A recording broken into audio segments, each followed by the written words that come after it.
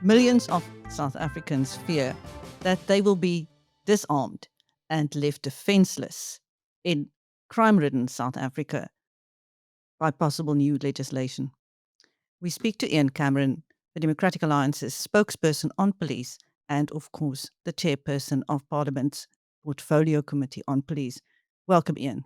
Good morning, Chris. Thank you. It's I always say it's such an important topic when I speak with you, because it always is. But this is one of the most critical things that could really have a extremely dangerous and negative impact on the future, any kind of future in South Africa. What would the worst possible outcome be for the ordinary citizen if this became law? We'll obviously go through the bill soon. Yeah, so Chris, let's just give background. So in 2021, we had this proposed amendment bill that came forward, and the response was tremendous. I mean, over 100,000, objections, or mainly objections, were submitted with regards to the bill.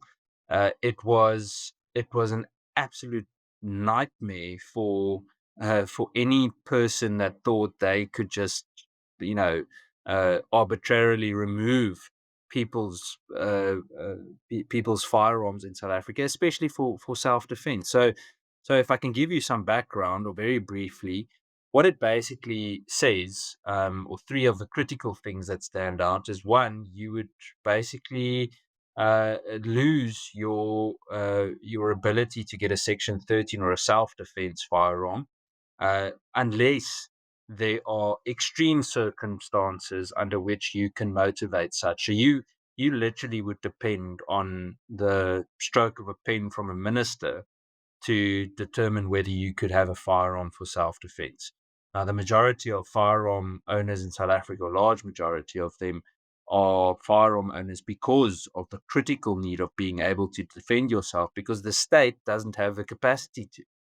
The second one is that you would have a very limited amount, or access of a limited amount, of firearms under Section 16, or as we all know, it's called it's under Section 16 of the Firearm Control Act, but also known for being the dedicated sport or hunters accreditation, and that would pose a severe limit to people that practice sport shooting or professional hunting, for that matter. And the third one is just the general harsh restrictions that we would see on private security companies. It's interesting also to understand that this is an orchestrated attempt to disarm private persons and the private sector. There's no doubt. And it's ironic that this 2021 piece of so-called history has now been brought to the fore once again. From what we could find out, it's virtually exactly the same thing, despite all the objections. And this happens just after they announced regulatory changes in the private security regulatory space, also known as the changes that were brought forward by CIRA. Now, isn't it ironic that these two things happen, or both happen, within a space of 12 months? And while we're trying to fight the one, the other starts popping up again. So we really have a very, very serious crisis on hand. The Firearms Control Amendment Bill essentially contradicts the warnings of the government's own experts or its own research, doesn't it? Yeah, so I mean, basically, if I can add to that, it basically did research. The government itself, along with with Wits University, did a study quite a few years ago. It was in 2015, and it was a study by the Civilian Secretariat for Police and the Wits School of Governance. They did a firearms review, and in that review, it actually made it very clear that the problem is not with lawfully armed and law-abiding citizens, but rather with South African Police Service, amongst others, and their corruption, mismanagement, and in all honesty, the report literally said, and I quote, the total collapse of the Central Firearms Register. So they went as far in that specific report to describe the CFR, the Central Firearms Register, as technically collapsed, institutionally incoherent, and incapable of maintaining accurate records. And remember, that's a direct quote. That's not me saying so. That's what that specific report said. It warned that more bureaucracy before fixing the problems in the South African police service would actually just continue to further destabilize the entire regulatory regime. Again, that's a quote from the report, not something that I said. And it then concluded that violent crime trends correlate not with gun ownership, but rather with effective intelligence led policing. And unfortunately, that's something that this government has consistently failed to deliver.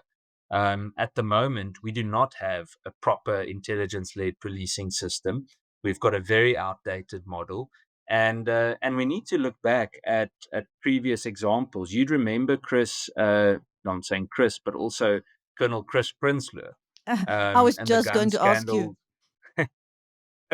Yeah, so where he was accused and later found guilty for the trade or supply selling of over 2,000 state-issued firearms. Now, if you read the book by Mark Shaw called "Give Us More Guns," it actually estimates that it was closer to 9,000. But nevertheless, almost all of those firearms came from state armories, and they have been linked to over 1,000 murders and over 1,400 attempted murders in the Western Cape just between 2010 and 2016. So again, we are now starting to try and over-regulate the people that are not the problem, but we're not tackling the actual issue, which is fixing corruption in the South African police service. So remember, that we would essentially, with this bill, give the minister the discretion to determine who has what.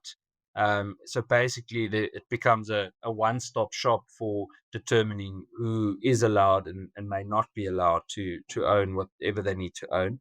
It limits ammunition to 100 rounds per firearm, which is significantly impractical. At the moment, for the average firearm owner, it's 200.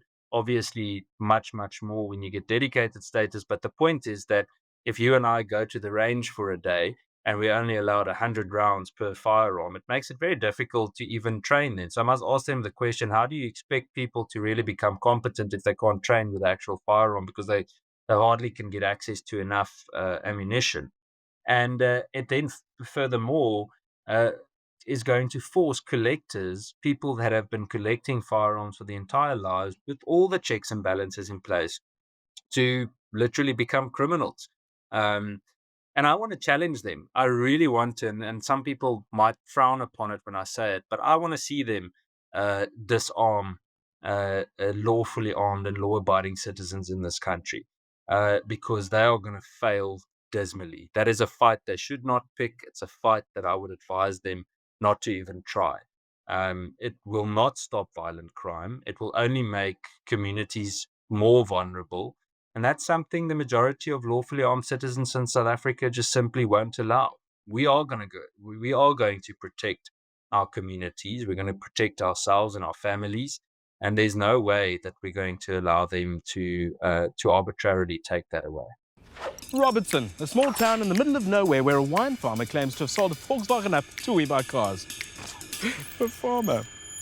What car did you really sell them? A VW. Right here in Robertson. Small town, but we know about We Buy Cars. Yeah, but what's a farmer doing with a VW up? It was just a runaround. Cool cover story. And I see you traded it in for this, like a double cab Renault. Were they all out of ranges? We Buy Cars, the easiest way to sell your car by far. So, Ian, what would the thinking be behind this apparent disarmament agenda of citizens in a country that is so crime-ridden, with a police force that cannot protect the populace? Yeah, so I think it's a deliberate attempt to literally disarm people. I think It is a way of gaining more control. The more control you lose as a government, especially one with the ideological, let's call them challenges that the ANC has brought upon us over the years, the more you try and centralize certain things. And when you start centralizing, you also have to get rid of potential threats. Now, I think they have wrongly so identified the private security industry as well as private citizens that are lawfully armed as threats, and they are now targeting them because they know that while the private sector as well as private citizens are adequately armed to do a certain job, they can't just arbitrarily take things that are not theirs. And unfortunately, in countries where firearms were banned in the way that they are trying to do here or attempting to with this kind of bill, they will then go for further draconian policy or political moves in which they can gain more power. So I think it's a power game. It's similar to many years ago when the commandos were disbanded. No replacement was put in place. We never saw that police reservists really came off the ground again. And since then, things have just been going downhill with regards to giving any kind of community some kind of statutory capacity until the DA around City of Cape Town, for example, started with auxiliary capacity, where you have community policing, where community members literally fulfill the role of reservist law enforcement officers under municipal control, just purely because SAPS doesn't really do that anymore. We've seen many promises over the years, and there's a piece that Gideon Huber, who is also a trustee at the South African Gun Owners Association, SAGA.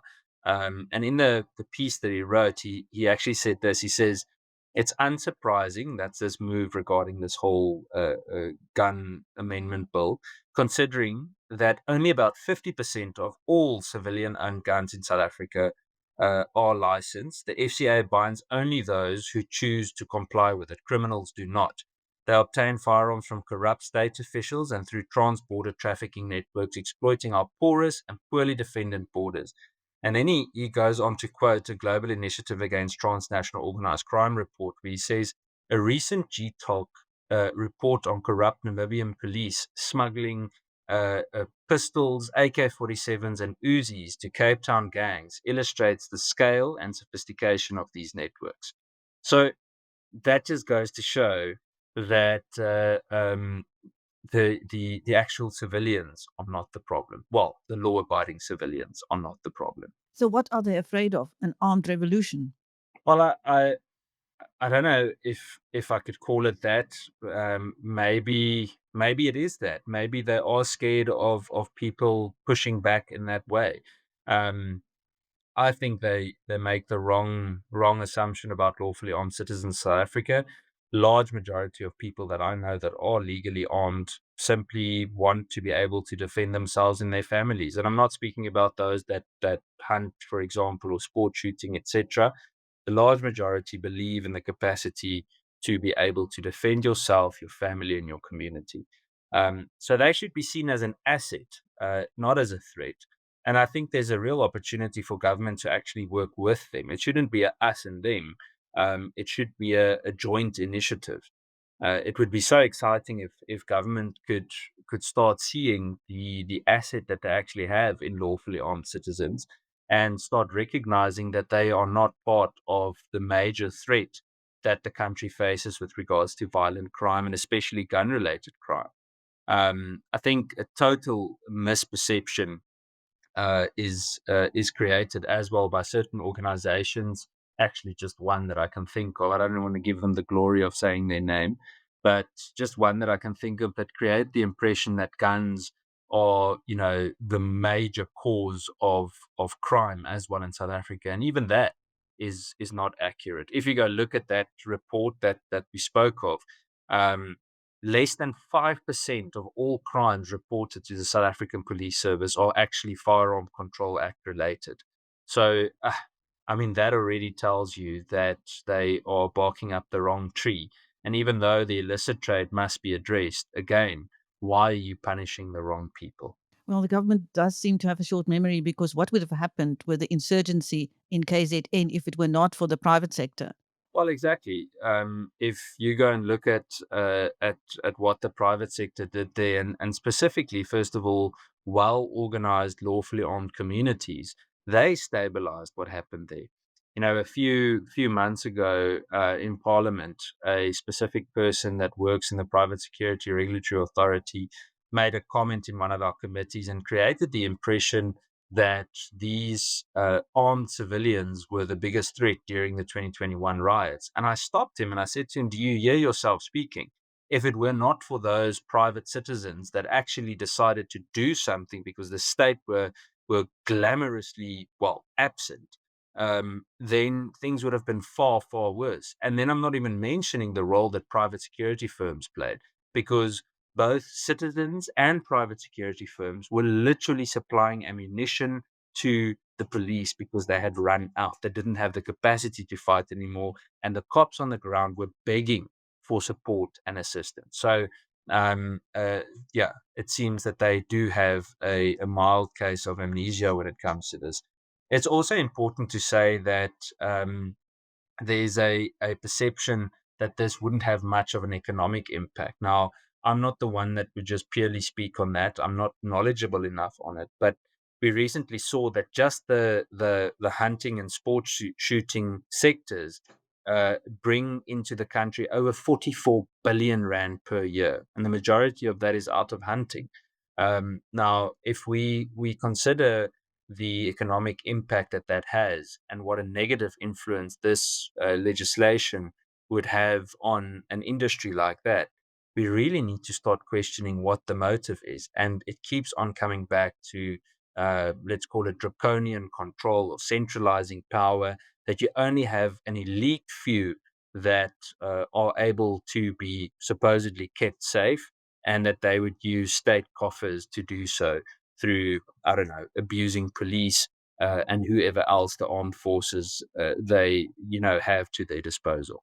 Because their VIP protection officers certainly won't be disarmed. Well, exactly. There's no way that they would do that. And if we start looking at that specifically, a large amount of the people that have close protection officers that are supplied by government, it didn't even go through the necessary threat assessment process. Remember that when you get that kind of protection, it must be determined according to a threat and risk analysis, where they literally go and check what the threats or risks to you are, what level they are on, and whether you should have protection or not.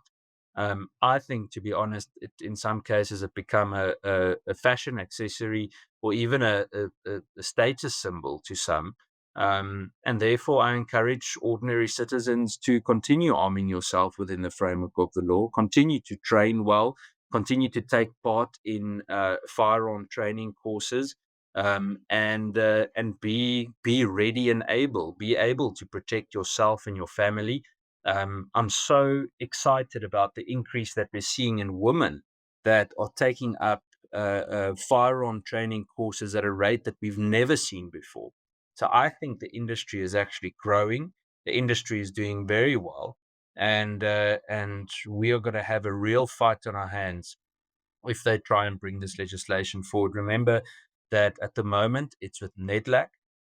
Once NEDLAC is finished with whatever their process is, and I personally don't agree with the fact that it is there, but nevertheless, once they're done with their process, it must go back to the Civilian Secretariat, from where it must then go back to Cabinet. And depending on what Cabinet decides, it either needs to go back to the Secretariat for amendments, or it will then be sent to Parliament. So regardless, there's still a lot that needs to happen. And again, we're going to have a big fight on our hands. Meanwhile, what is the Democratic Alliance's strategy to try and stop this from becoming law? Well, we've got a few things that we'll push on, but we have already said that we'll oppose what we need to in Parliament itself. We will also look at running a broader campaign and the necessary petitioning if need be. And if they need it, we will go to court, but we will make sure that we defend every single responsible citizen's right to lawful protection. And it's critical for us to take this fight up. Chris, we need to remember that whether you like firearms or not, if this kind of bill is passed, it's a threat to all of us, even those that don't necessarily like firearms personally. It's always interesting to me that even those that don't like firearms, when they're in trouble, trust me, they pray for someone with a firearm to come to their rescue. And it's also interesting many a time that the very people that are against firearms, which in most cases are in the minority, have armed response at home, or they have got some kind of private security function that uses firearms. So, they need to decide where they want to draw the line. The point is that this holds a threat to all of us. And essentially, it holds a threat to property rights in South Africa too, because it essentially will come to the point where you have no lawful way to defend yourself, your family, your community, and obviously your property too. So it's a very, very slippery slope. And I want to go as far as saying that if this is passed, there's very, very little left to really fight for. Well, Ian, if you were not allowed a firearm, you might not be doing this interview with me today. You came in for criticism because you used your own firearm to defend your life and the lives of two colleagues. And if you did not have your firearm on you that day and you were not willing to use it all, what would have happened? What would have been the worst case scenario? Do you think you would have gotten out of there alive? Well, yeah, it obviously, it's a split-second decision that you'd need to make, and on that day, and I would do it exactly the same if I had the opportunity again. I would use my firearm, and if it comes to saving your life or the life of another, then I believe that you need to step in. And on that day, it was us or them. And they weren't stopping with the attack. The guy that I wounded with my lawful firearm came back for probably the third or the fourth time. He kept on trying to assault Nicholas that was sitting next to me. Nicholas had already lost consciousness. I wasn't sure whether Nick was dead or alive at that stage. He had collapsed forward and was completely covered in blood, and they just kept on coming. They then started gaining entry at the back left-hand side of the vehicle as well, through the passenger window, and it just the attack continued. And it certainly wasn't an attack to just simply steal something and get away. In fact, nothing was taken during the whole ordeal. Nothing was taken. So they weren't there to have tea and coffee with us. I believe that day, the fact that I had a firearm and that I was trained to use it, and that I lawfully or legally obtained it, gave me the opportunity to not only save my life, but save the lives of my two colleagues. Yeah, we're very grateful for that, Ian. That was Ian Cameron, Democratic Alliance spokesperson on police and chairperson of the Parliamentary Portfolio Committee on Police, speaking to BizNews. I'm Chris Steyn. Thank you, Ian. Thanks, Chris.